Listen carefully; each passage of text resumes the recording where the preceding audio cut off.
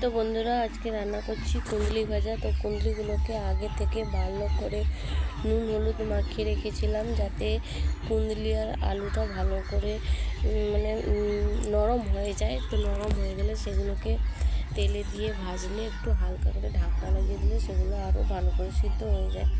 তো তার জন্য এই দেখো, আমি সেগুলোকে কড়াইয়ে তেল দিয়ে সেগুলোকে কড়াইতে দিয়ে তারপর ঢাকা দিয়ে দিয়েছিলাম। তো দেখো কত সুন্দর কালারটা হয়েছে, আর কুঁদলিগুলো আলুগুলো সিদ্ধ হয়ে গেছে। তো এইভাবে তোমরা কুঁদলি আলু ভাজবে, তাতে ভালো হয় এবং সময় কম লাগে। তো যাই হোক, আমি একটু টেস্ট হওয়ার জন্য হালকা একটু লঙ্কা বাটা দিয়ে দিয়েছি। তো তোমরা পারলে দেবে, না হলে না দেবে, তোমাদের যেমন খেতে ইচ্ছে করে তেমন খাবে। তো আমার একটু ঝাল ঝাল খেতে ভালো লাগে, তাই আমি হালকা একটু লঙ্কা বাটা দিয়ে দিয়েছি। তো যাই হোক, লঙ্কাটা এখন মরে গেল। তারপর আমি কড়াই থেকে কুঁদলি ভাজাগুলো নামিয়ে নিলাম। তো এরপর আমি আজকে আর একটা রেসিপি রাঁধবো, সেটা হলো শাক চচ্চড়ি, সেটা হলো পুঁই শাকের চচ্চড়ি।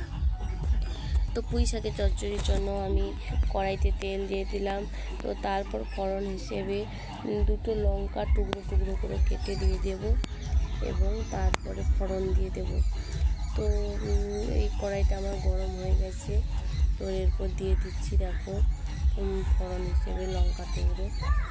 তো তোমাদেরকে পুঁই শাকের চচ্চড়ি খেতে কেমন লাগে একটু বলবে। আমাদের বাগানে পুঁই শাক হয়েছিল, খুব নরম নরম পুঁই শাক। তার জন্য আমি সেগুলো আগাগুলো কেটে নিয়ে এসে আগাগুলো কেটেছি, কারণ পরের দিকে সেগুলো আরও গজাবে। আবার কিছুটা এক হাত মতো আগা নরম নরম আগা হবে, সেগুলো আবার কেটে নিয়ে আসবো। তো এইভাবে খেলে গাছটাও বেঁচে থাকবে আর অনেক দিন তুমি খেতে পারবে। তো যাই হোক, আমার মাছগুলো ছিল, সেই মাছের মাথা এবং আঁতটাকে আমি চচ্চড়িতে দিয়ে দিলাম শাক তরকারিতে। সেই শাক তরকারিতে মাছের মাথা বা আঁত দিলে খুব ভালো টেস্ট হয়। তো আমি সেগুলো দিয়ে দিলাম। মাছের মাথাটাকে ভালো করে তেলে ভেজে নিলাম, যাতে আঁশটে গন্ধ না করে, তার জন্য দিয়ে দিয়েছিলাম। তো তারপর হালকা অল্প করে কেটে রাখা পেঁয়াজের টুকরোগুলো দিয়ে দিয়েছি। পেঁয়াজের টুকরোগুলো যেই ব্রাউন কালার হয়ে গেছে, অমনি একটু হলুদ দিয়ে দিলাম। তো চচ্চড়িতে প্রথমে হলুদ দিলে তো তরকারির কালারটা একটু ভালো হয়, না হলে সাদা সাদা লাগে, তো দেখতে কেমন একটা লাগে। তো তার জন্য আমি একটু হলুদ দিয়ে দিলাম। তোমরাও দিয়ে দেখবে ভালো লাগবে। তো দিয়ে দিলাম। তারপর শাকটা তাড়াতাড়ি জীর্ণ হওয়ার জন্য অল্প একটু নুন দিয়ে দিলাম পরিমাণ মতো। তারপরে আবার টেস্ট করে দেবো প্রয়োজন মতো নুন। যাই হোক, ঢাকা দিয়ে দিলাম। ঢাকনা দিয়ে দিলে কি হয়, শাকটা খুব তাড়াতাড়ি সিদ্ধ হয়। তো ঢাকনা দিয়ে দেওয়ার পর এবার সর্ষে বাটাটা দিয়ে দিলাম। তো যে কোনো চচ্চড়ি বা শাক তরকারিতে সর্ষে বাটা না দিলে ভালো লাগে না। তো আমরা তো সব তরকারিতে সব চচ্চড়িতে সর্ষে বাটা দিই। তো তোমরা যারা না দিতে চাও তো দেবে না।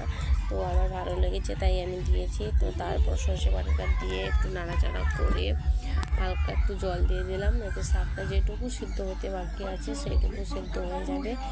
এরপর আমি ঢাকনা দিয়ে দেবো। ঢাকনা দিয়ে দিলে কী হয়, অল্প সময়ে রান্নাটা হয়। তো যাই হোক, ঢাকনা দিয়ে দিলাম। এরপর ঢাকনাটা খুলে দেখছি, দেখো কালারটা কত সুন্দর হয়েছে, গন্ধটাও ভালো বেরিয়েছে। তো তোমরা এইভাবে রান্না করবে, দেখবে খুব সুন্দর খেতে লাগে। তো বিশেষ করে পুঁই শাকের সঙ্গে যদি আর একটু মাছের মাথা টাথা পড়ে, তো কি দারুণ খেতে লাগে। তোমরা একটু বানিয়ে দেখবে আমার মতো। তো যাই হোক, আমার সাদা